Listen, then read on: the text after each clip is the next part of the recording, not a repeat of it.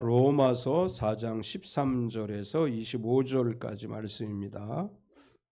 로마서 4장 13절에서 25절까지 제가 가지고 있는 성경은 신약성경 244페이지입니다.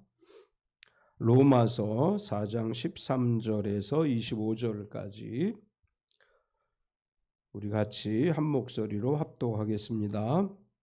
만일 율법에 속한 자들이 상속자이면 13절부터죠. 아브라함이나 그 후손에게 세상의 상속자가 되리라고 하신 언약은 율법으로 말미암은 것이 아니요 오직 믿음의 의로 말미암은 것이니라. 만일 율법에 속한 자들이 상속자이면 믿음은 헛것이 되고 약속은 파기되었느니라. 율법은 진노를 이루게 하나니 율법이 없는 곳에는 범법도 없느니라. 그러므로 상속자가 되는 그것이 은혜에 속하기 위하여 믿음으로 되나니 이는 그 약속을 그 모든 후손에게 굳게 하려 하심이라. 율법에 속한 자에게 뿐만 아니라 아브라함의 믿음에 속한 자에게도 그러하니 아브라함은 우리 모든 사람의 조상이라. 기록된 바 내가 너를 많은 민족의 조상으로 세웠다 하심과 같으니 그가 믿은 바 하나님은 죽은 자를 살리시며 없는 것을 있는 것으로 부르시는 이시니라. 아브라함이 바랄 수 없는 중에 바라고 믿었으니 이는 내 후손이 이같으리라 하신 말씀대로 많은 민족의 조상이 되게 하려 하심이라.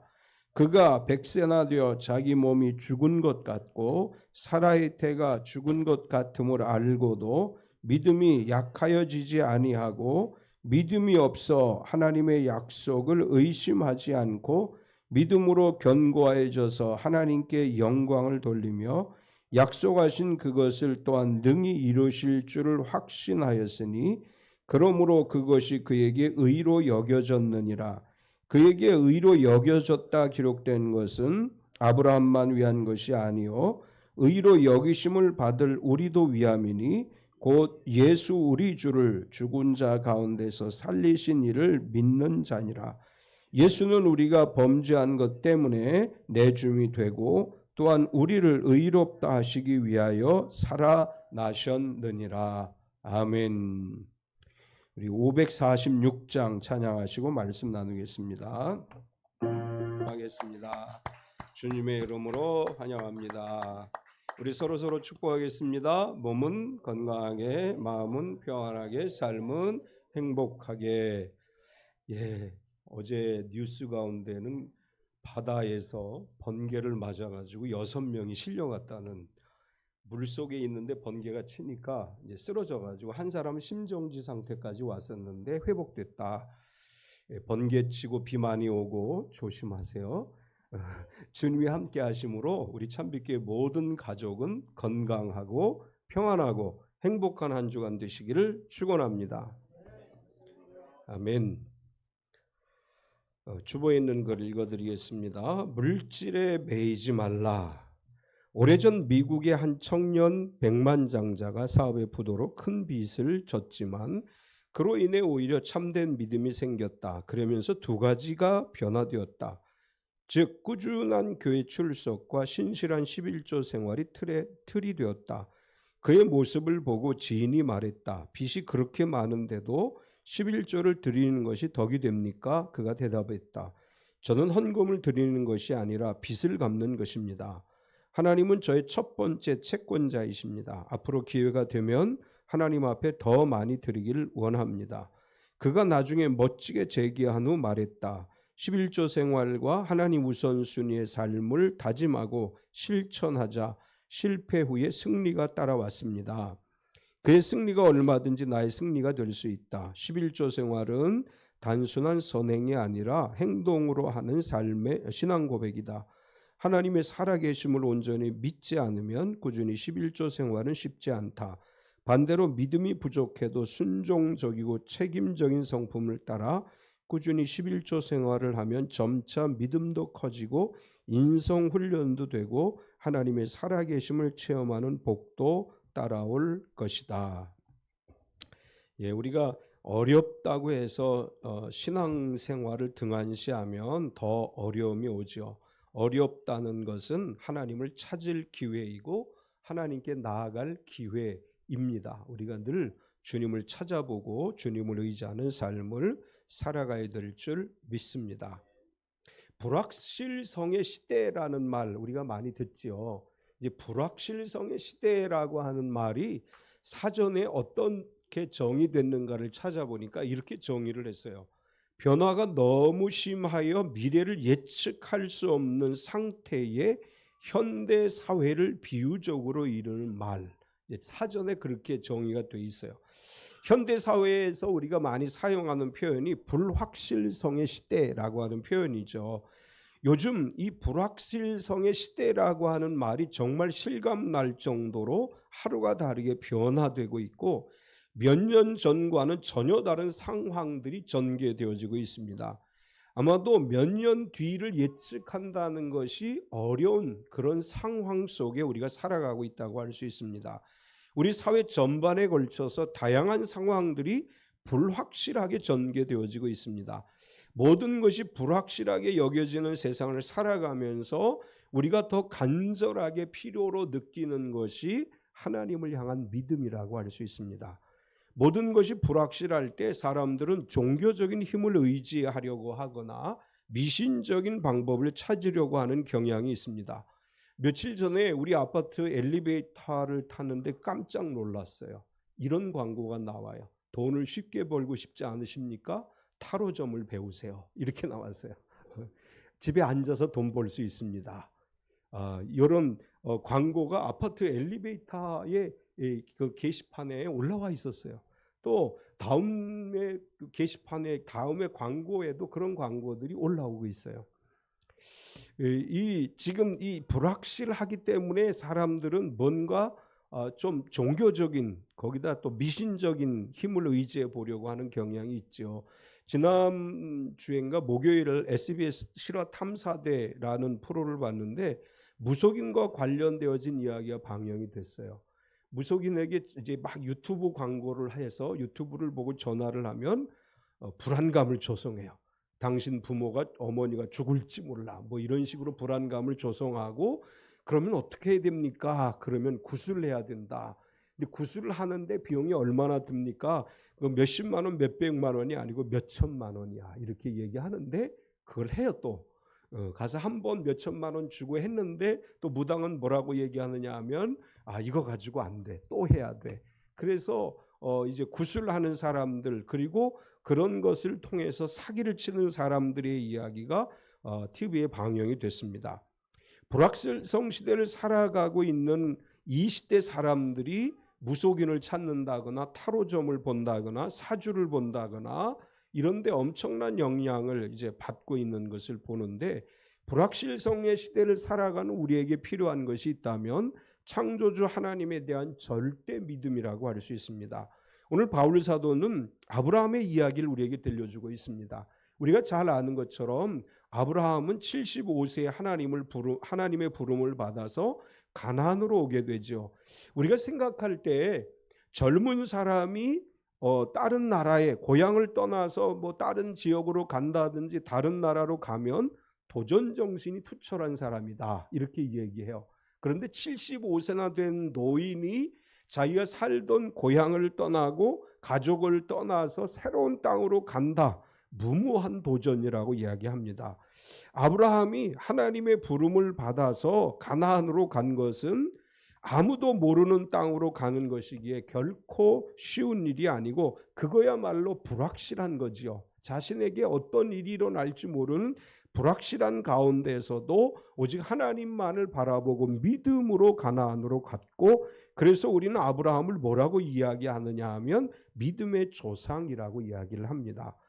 아브라함은 참 힘든 상황을 믿음으로 견뎌내신 분이죠. 아무도 없는 곳, 아무도 모르는 곳, 어떤 일이 일어날지 모르는 불확실한 여정을 그가 믿음으로 순종해서 나아감으로 인해서 하나님께서 그를 믿음의 조상으로 세워주시고 하늘의 복을 누리게 하셨습니다. 그 어느 때보다 우리는 불확실성의 시대를 살아가고 있습니다. 이 시대를 살아가는 그리스도인들에게 바울은 아브라함의 이야기를 통해서 이렇게 이야기해요. 아브라함은 능히 이루실 줄 확신했다. 오늘 시대를 살아가는 그리스도인들에게 너희도 능히 이루실 줄 확신하는 믿음으로 이 불확실성 시대를 이겨내라고 말씀합니다. 오늘 본문을 중심으로 해서 능히 이루실 줄 확신하노라, 이런 제목으로 은혜를 나누려고 하는데, 오늘 말씀을 통해서 우리가 발견할 수 있는 것은 첫 번째로 상속자가 되는 것은, 이런 주제에 관한 이야기를 합니다. 아브라함에게 있어서 불확실한 것 중에 하나가 뭐냐? 상속자에 대한 문제예요. 하란을 떠나서 가나안으로 갈 때 하나님은 내가 너에게 기업을 주겠다. 이제 기업을 주겠다고 하는 것은 유대인들에게 상속의 개념이에요. 하나님께서 약속하신 기업을 너에게 상속해 주겠다, 이런 개념으로 이해가 됐습니다. 사실 하란을 떠날 때 가나안의 아브라함의 땅은 손바닥만큼도 없지요. 아무것도 없어요. 하란에서 그가 어느 정도의 재산을 가지고 있었는지, 어느 정도의 소유를 가지고 있었는지 모르지만 어쨌거나 아브라함은 불확실한 미래를 향해서 지금 가나안 땅으로 가고 있는 것입니다. 이런 상황에서 아브라함이 느끼는 감정이 뭐냐 하면, 가나안에 가면 하나님께서 과연 나에게 무엇을 주실 것인가? 상속의 개념이, 하나님은 나에게 어떤 기업을 상속으로 주실 것인가?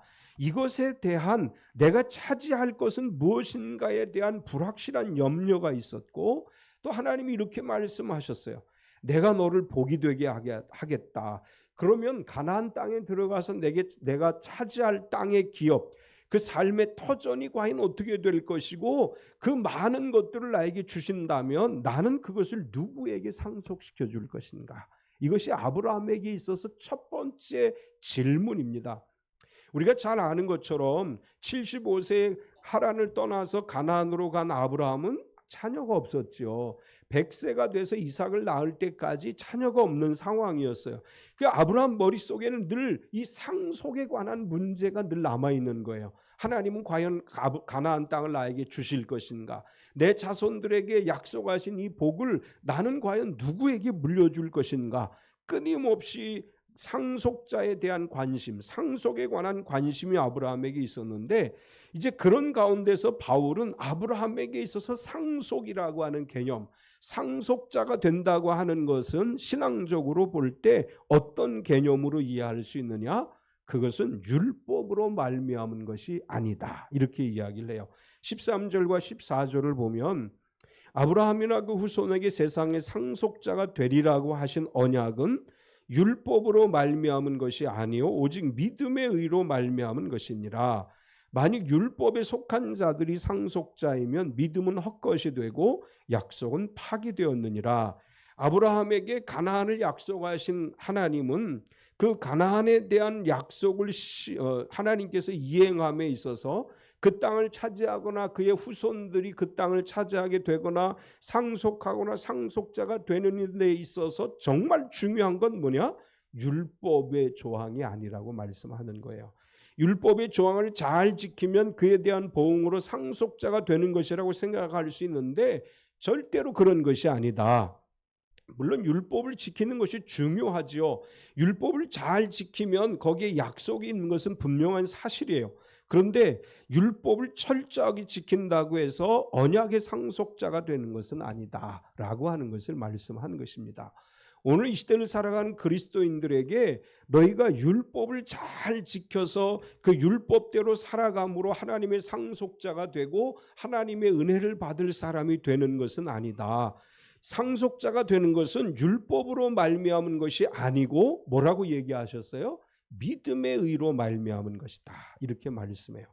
13절 14절을 다시 보면 아브라함이나 그 후손에게 세상의 상속자가 되리라고 하신 언약은 율법으로 말미암은 것이 아니요 오직 믿음의 의로 말미암은 것이니라. 만일 율법에 속한 자들이 상속자이면 믿음은 헛것이 되고 약속은 파기되었느니라. 만일 율법에 속한 자가 상속자로 결정되어진다면 하나님의 말씀을 믿는 믿음은 헛것이 된다, 이렇게 이야기한 것입니다. 바울 사도는 율법보다 더 중요한 것이 있는데 그것은 바로 믿음이라고 이야기하고 있어요. 하나님에 대한 신실한 믿음이 없다면 율법의 조항을 지킨다 한들 하나님이 약속한 상속자가 될 수 없다고 하는 것입니다. 얼마나 율법을 잘 지키고 율법대로 살아가느냐 보다 더 중요한 것은 하나님에 대한 믿음이라고 하는 것입니다. 우리에게 하나님에 대한 믿음이 더 중요합니다. 왜냐하면 우리는 믿음으로 의롭다고 인정을 받기 때문이에요. 하나님의 상속자가 되려면 의로워야 돼요. 죄의 문제가 해결되지 않으면 하나님의 상속자가 될 수 없는데 율법으로는 우리의 죄의 문제를 해결할 수 없습니다. 율법을 100% 지키려고 노력한다고 해도 인간은 연약하기 때문에 율법을 완전하게 이룰 수가 없습니다. 그래서 하나님이 우리를 의롭게 만드시기 위해서 만들어 놓은 말씀이 바로 믿음으로 의롭게 되는 거예요. 우리가 믿음으로 의롭게 될 때 상속자가 되는 것입니다. 물론 우리가 믿는 자로서 선하게 살아야 돼요. 믿는 자로서 도덕과 윤리를 지켜야 돼요. 그러나 그것이 우리를 의롭게 하는 것이 아닙니다. 믿음으로 의롭게 되어지는 것입니다. 우리가 의롭다고 인정을 받으면 상속자가 되는 것이고 믿음으로 의롭다고 인정을 받으면 하나님의 보좌 앞에 나아갈 자격을 얻기 때문에 하나님이 주시는 복을 누릴 수 있는 것입니다. 오직 믿음으로 의롭다 인정을 받고 하나님의 자녀가 되고 하나님의 상속자가 되고 하나님이 주신 은혜를 누리는, 하나님이 주시는 복을 누리는 성도가 되시기 바랍니다. 믿음으로 의롭게 됨으로 상속자가 되는 것은 은혜에 속한 것이다, 이렇게 이야기를 해요. 15절과 16절을 보면 율법은 진노를 이루게 하나니 율법이 없는 곳에는 범법도 없느니라. 그러므로 상속자가 되는 그것이 은혜에 속하기 위하여 믿음으로 되나니 이는 그 약속을 그 모든 후손에게 굳게 하려 하심이라. 율법에 속한 자에게뿐만 아니라 아브라함의 믿음에 속한 자에게도 그러하니 아브라함은 우리 모든 사람의 조상이라. 율법이라고 하는 것은 뭐냐? 그것은 100% 지키지 못하면 율법을 지키지 못하기 때문에 율법이 약속하고 있는 진노가 너에게 임하게 되는 것이다. 만약에 우리에게 율법이 주어지지 않았다면 죄를 짓는 것도 없는 것이다. 이제 이건 이런 얘기죠. 우리가 헌법이라는 걸 가지고 있죠. 이 헌법이 없으면 죄라는 게 없는 거예요. 그렇죠? 우리가 어떤 죄를 짓게 되면 재판을 받을 때 뭘 가지고 재판을 받아요? 헌법을 가지고 재판을 받아요. 헌법, 민법, 이런 여러 가지 법을 가지고 그 법을 어기는 게 죄예요. 그러니까 법이 없으면 죄가 없는 거예요. 율법이 없으면 죄가 없다. 바울은 이렇게 설명을 해요. 하나님께서 율법을 주신 이유는 이스라엘이 믿음의 공동체로서 이 하나님을 믿는 공동체로서 살아가게 하기 위해서 율법을 주신 것인데 율법을 완벽하게 지키는 것이 불가능하다. 그래서 율법이라고 하는 것은 결과적으로 진노를 이루는 결과를 가져올 수밖에 없고 율법을 뛰어넘는 것이 있는데 그것은 바로 은혜다. 이렇게 말씀을 해요. 우리가 하나님의 자녀가 될 자격이 없는 사람들이에요. 우리는 의롭지 못한 사람들이에요. 우리가 예수님을 믿지만 우리 마음속에 여전히 바울이 이야기하는 것처럼 죄의 유혹과 믿음으로 살려고 하는 것이 싸우고 있어요. 우리 안에서 끊임없이 싸우고 있어요. 그렇기 때문에 우리는 완전하게 의로울 수 없는데 그것을 아신 하나님께서 우리에게 의롭게 되는 길을 열어주셨는데 믿음으로 의롭게 되는 것이고 그것은 바로 은혜다. 우리가 원래 하나님의 자녀가 될 만한 성품을 가지고 있고 원래 하나님의 상속자가 될 만한 자격을 가지고 있는 것이 아니에요. 우리가 구원받을 만한 자격을 가진 사람들이 아님에도 불구하고 은혜로 구원받은 성도가 됐고 은혜로 하나님이 주시는 복을 누릴 성도가 된 것입니다. 바울은 바로 그 이야기를 해요. 우리가 하나님의 상속자가 되는 것은 은혜로 되는 것이다. 율법으로 이루어진 것이 아니고 하나님의 은혜로 된 것이고 하나님께서 믿음으로 의롭다고 인정해 주시는 이 모든 것은 하나님의 은혜이다. 이렇게 말씀을 합니다. 하나님의 은혜로 우리는 의롭다 인정받은 성도가 됐습니다. 하나님의 은혜로 우리는 하나님의 자녀가 됐습니다. 따라서 하나님의 은혜가 없으면 아무것도 우리 가운데 이루어질 수 없고, 이 은혜를 은혜되게 하는 것이 바로 믿음이에요. 믿음으로 은혜를 누릴 수 있습니다. 힘들고 어려운 일이 올지라도 믿음으로 은혜를 누리는 성도가 복된 성도입니다. 두 번째는 아브라함의 믿음에 관해서 이야기를 하는데, 능히 이루실 줄 확신하노라. 바울은 아브라함의 믿음을 그렇게 정의했습니다. 아브라함이 어떤 믿음을 가진 사람이냐 하면 이룰 줄, 능히 하나님께서 모든 것을 이룰 것으로 확신하는 믿음을 가진 사람이다. 이렇게 이야기하면서 바울 사도는 아브라함이 믿은 하나님에 대해서 이야기를 해요. 아브라함은 하나님을 어떻게 믿었느냐? 17절을 보면 같이 한번 읽어보겠습니다. 기록된 바 내가 너를 많은 민족의 조상으로 세웠다 하심과 같으니 그가 믿은 바 하나님은 죽은 자를 살리시며 없는 것을 있는 것으로 부르시는 이시니라. 아멘. 아브라함은 어떤 하나님을 믿었느냐? 죽은 자를 살리시고 없는 것을 있는 것으로 부르시는 하나님을 믿었다는 거예요. 우리가 믿는 하나님은 죽은 자를 살리시는 하나님이십니다. 우리가 믿는 하나님은 없는 것을 있는 것으로 부르시는 분이셔요. 아브라함은 자녀가 없이 75세에 부름을 받았습니다. 그런데 하나님은 그에게 뭐라고 얘기하느냐 하면 너를 많은 민족의 조상으로 세웠다고 말씀하셨어요. 아브라함이 그 말씀을 받을 때 자녀가 없음에도 불구하고 하나님이 그렇게 약속하셨기 때문에 아브라함 안에는 어떤 믿음이 있었느냐? 죽은 자를 살리시는 믿음, 없는 것을 있는 것으로 만드시는 하나님이시라고 하는 믿음이 그에게 있었다고 하는 것입니다. 이 구절을 현대어 성경으로 보면 이렇게 번역을 했습니다. 성경에 하나님께서 아브라함을 많은 믿음 무리의 조상이 되게 하셨다는 것은 바로 이 일을 두고 하신 말씀입니다. 하나님께서는 어느 나라 사람이든지 아브라함과 같이 하나님을 믿고 의지하는 사람을 다 받아들이십니다. 이 약속은 죽은 자를 다시 살리고 장래에 될 일을 이미 지나간 과거의 일처럼 확실성을 가지고 말씀하시는 하나님께서 친히 하신 것입니다. 오늘도 하나님은 죽은 자를 살리신 분이세요. 없는 자를 있는 자로 부르시는 분이십니다. 우리가 죽은 자 같은 상황들이 있지요. 어떤 경우에는 정말 죽은 것 같은 그런 절망의 상황들이 우리에게 있을 수 있습니다. 그러나 하나님께서 다시 살려내시는 줄 믿습니다. 사업체가 죽은 것 같은 사업체라도 다시 살려낼 것이고, 질병의 고통으로 죽은 것 같은 고통을 느낀다 할지라도 다시 치료해서 강건케 하실 줄 믿습니다. 우리의 모든 삶의 분야에서 죽은 것 같은 절망의 상황에서도 다시 일으켜 세우시는 하나님이시고, 우리가 아무것도 없는 것 같지만 거기서 하나님께서 모든 것을 넉넉하게 채워주시는 풍성함을 누리게 하실 줄 믿습니다. 우리에게 모든 것이 불확실하지만 하나님께는 불확실이 없습니다. 하나님께서는 다시 살리시고 무에서 유를 창조하셔서 하나님의 기적을 우리의 삶 가운데 이루실 줄로 믿습니다. 따라서 아브라함은 그런 하나님을 믿었기 때문에 바랄 수 없는 중에 바라고 믿었습니다.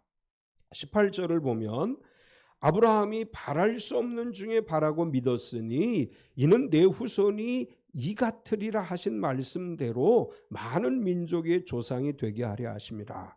아브라함은 나를 부르신 하나님은 죽은 자를 살리시고 없는 것을 있는 것으로 부르시는 창조주 하나님이라고 믿었기 때문에 자신에게 주어진 상황 속에서 바라볼 수 없는 중에 바라고 믿었다. 아무것도 보이지 않았어요. 아무것도 가능성이 없었어요. 그럼에도 불구하고 하나님이 반드시 이루어 주실 것을 믿었다고 하는 것입니다.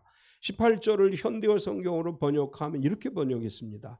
하나님께서 아브라함에게 한 아들을 주실 것이며 그 아들에게서 많은 자손이 나서 큰 민족을 이룰 것이라고 하셨을 때 아브라함은 그런 약속이 도저히 실현될 수 없는 처지였음에도 불구하고 하나님을 믿었습니다. 이게 아브라함의 믿음이에요. 도저히 실현될 수 없는 현실이에요. 사라는 75세, 99세가 89세가 될 때까지 아이를 낳지 못한 사람이에요. 아브라함이 생각할 때 사라는 자녀를 낳을 수 없습니다. 생물학적으로. 또 자기 자신도 나이가 많기 때문에 하나님의 이 약속이 이루어지는 것은 불가능하다고 생각할 수 있어요. 그럼에도 불구하고 바랄 수 없는 중에 바라고 실현될 수 없음에도 불구하고 하나님이 능히 이루실 줄로 믿어서 하나님의 기적을 경험했습니다. 오늘 우리에게 이 믿음이 필요합니다.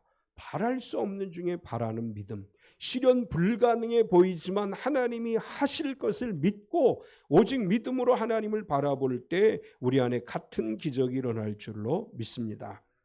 아브라함은 그래서 믿음이 없어 의심하지 않았다. 바울은 이렇게 설명해요. 19절에서 21절까지를 보면 그가 100세나 되어 자기 몸이 죽은 것 같고 사라의 태가 죽은 것 같음을 알고도 믿음이 약하여지지 아니하고 믿음이 없어 하나님의 약속을 의심하지 않고 믿음으로 견고하여져서 하나님께 영광을 돌리며 약속하신 그것을 또한 능히 이루실 줄을 확신하였으니 아브라함은 생물학적으로 사라가 아기를 낳지 못한다는 거 알고 있었어요.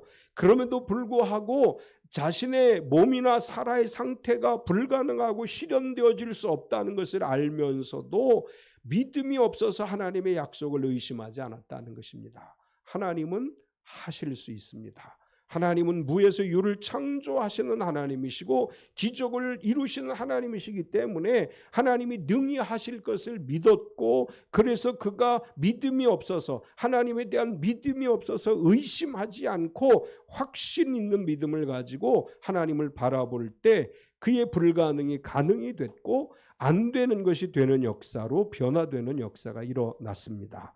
우리가 늘 고백해야 될 것은 하나님은 능히 하실 수 있습니다. 하나님은 능히 이루실 수 있습니다.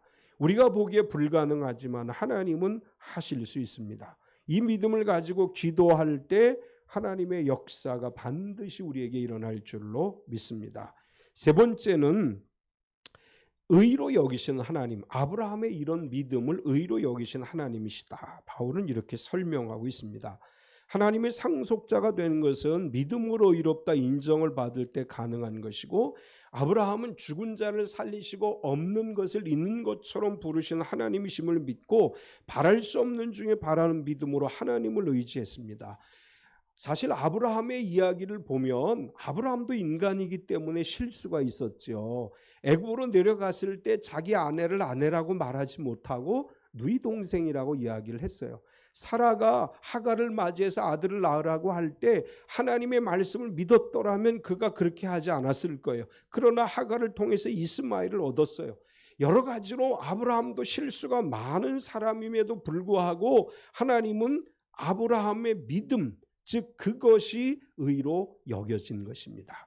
22절과 23절을 보면 그러므로 그것이 그에게 의로 여겨졌느니라. 그에게 의로 여겨졌다 기록된 것은 아브라함만 위한 것이 아니요 아브라함이 의롭다고 여겨졌다, 인정됐다 이런 얘기죠. 그것이라고 표현을 했어요. 이 그것이라고 하는 게 뭐냐 하면 앞에서 이야기한 거예요.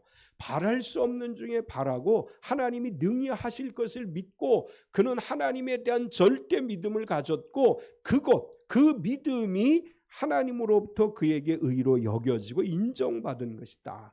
그런데 하나님께서 아브라함을 의로 인정하신 것은 아브라함만을 위한 것이 아니고 오늘 이 시대를 살아가는 그리스도인들을 위한 것이다. 우리에게도 마찬가지로 적용되어진다고 하는 것입니다. 아브라함이 약점과 실수가 있음에도 불구하고 바랄 수 없는 중에 바라고 능히 이루실 줄 확실한 믿음 가지고 하나님을 바라보매 하나님이 그를 의로 여기셨습니다. 우리도 연약하고 실수가 있습니다. 우리가 100% 완벽하지 않아요. 우리 여전히 실수하고 여전히 죄를 짓기도 하고 여전히 의심하기도 합니다. 그러나 우리에게 뭐가 필요하냐? 믿음이 필요한 거예요. 어떤 상황에서도 변함없이 하나님이 함께 하신다는 분명한 믿음이 있으면 부족하고 실수가 많지만 하나님 용서해 주시고 우리를 하나님의 사람으로 세워주실 줄 믿습니다. 우리가 부족하고 연약하지만 하나님 앞에 우리의 죄를 고백하고 자백하면 미쁘고 의로우신 그분은 우리의 죄를 사해 주시고 우리를 의롭다 인정해 주시고 하나님의 자녀로 삼아 주시는 줄 믿습니다. 우리가 의롭다고 여김을 받게 하시기 위해서 하나님께서는 예수님을 죽은 자 가운데서 다시 살려주셨습니다. 24절을 보면 의로 여기심을 받을 우리도 위함이니 곧 예수 우리 주를 죽은 자 가운데서 살리신 이를 믿는 자니라. 우리를 의롭다고 인정하시는 것은 하나님의 은혜인데 하나님은 그 은혜를 우리에게 주시기 위해서 예수 그리스도를 보내주셨고 예수 그리스도를 죽은 자 가운데서 살리심으로 인해서 예수님의 부활을 믿는 모든 자들이 의롭다고 인정을 받고 하나님의 자녀가 되었다. 이렇게 선포합니다. 25절에 보면 예수는 우리가 범죄한 것 때문에 내줌이 되고 또한 우리를 의롭다 하시기 위하여 살아나셨느니라. 예수님이 왜 십자가를 지셨느냐? 우리의 죄 때문이다. 하나님께서는 우리의 죄 문제를 해결해 주시기 위해서 예수님을 내주셨어요. 그래서 예수님께서는 십자가에서 희생의 어린 양이 돼서 속죄의 어린 양이 돼서 모든 인류의 죄를 대신 짊어지고 죽으셨습니다. 우리가 예수님의 이름으로 회개할 때 예수 그리스도의 십자가에 우리의 모든 죄를 전가하는 것이고 예수님이 십자가의 죽으심으로 우리의 모든 죄가 사함을 받는 것이고 예수님이 부활하심으로 말미암아 우리가 의롭다고 인정을 받게 된 것이고 의롭다고 인정을 받은 사람들에게 영원한 생명인 영생을 주신 것입니다. 오늘 바울 사도를 통해서 하나님께서 우리에게 말씀합니다. 믿음으로 의롭다고 인정을 받는 자가 상속자이고 영원한 생명을 얻는 것이다.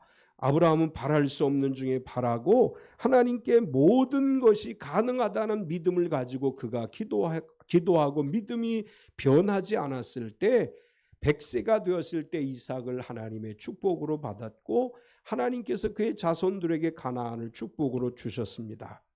우리의 삶에도 오늘도 하나님의 기적이 일어남을 믿습니다.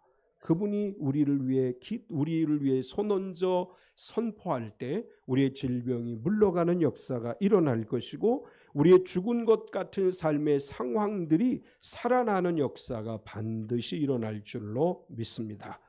하나님의 은혜입니다. 믿음으로 하나님의 은혜를 받아서 의롭다 인정을 받고 상속자가 돼서 무에서 유를 창조하신 하나님의 기적을 경험하며 살아가는 참빛교회 모든 성도가 되시기를 축원합니다.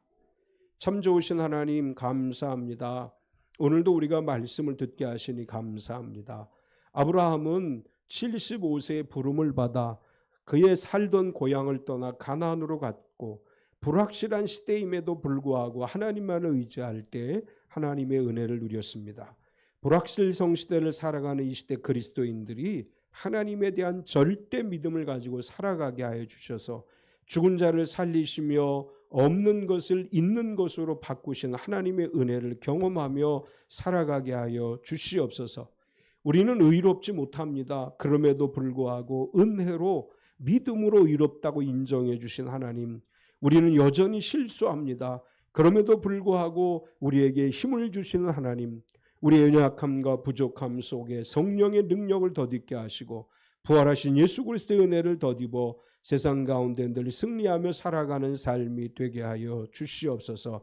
사랑하는 주님, 이 시간 피 묻은 손으로 안수하셔서 사랑하는 참빛교회 성도들을 치료하여 주시옵소서. 나사렛 예수 그리스도 이름으로 명하노니 모든 질병과 아픔과 통증은 떠나갈지어다. 주님, 우리의 연약함을 치료하시고 우리의 어려운 사업이 회복되게 하시며 우리의 직장생활이 행복한 직장생활이 되게 하시고 우리의 자녀들이 학교생활 잘 감당해서 하늘의 복을 누리게 하여 주시옵소서. 예수님의 이름으로 기도드리옵나이다. 아멘.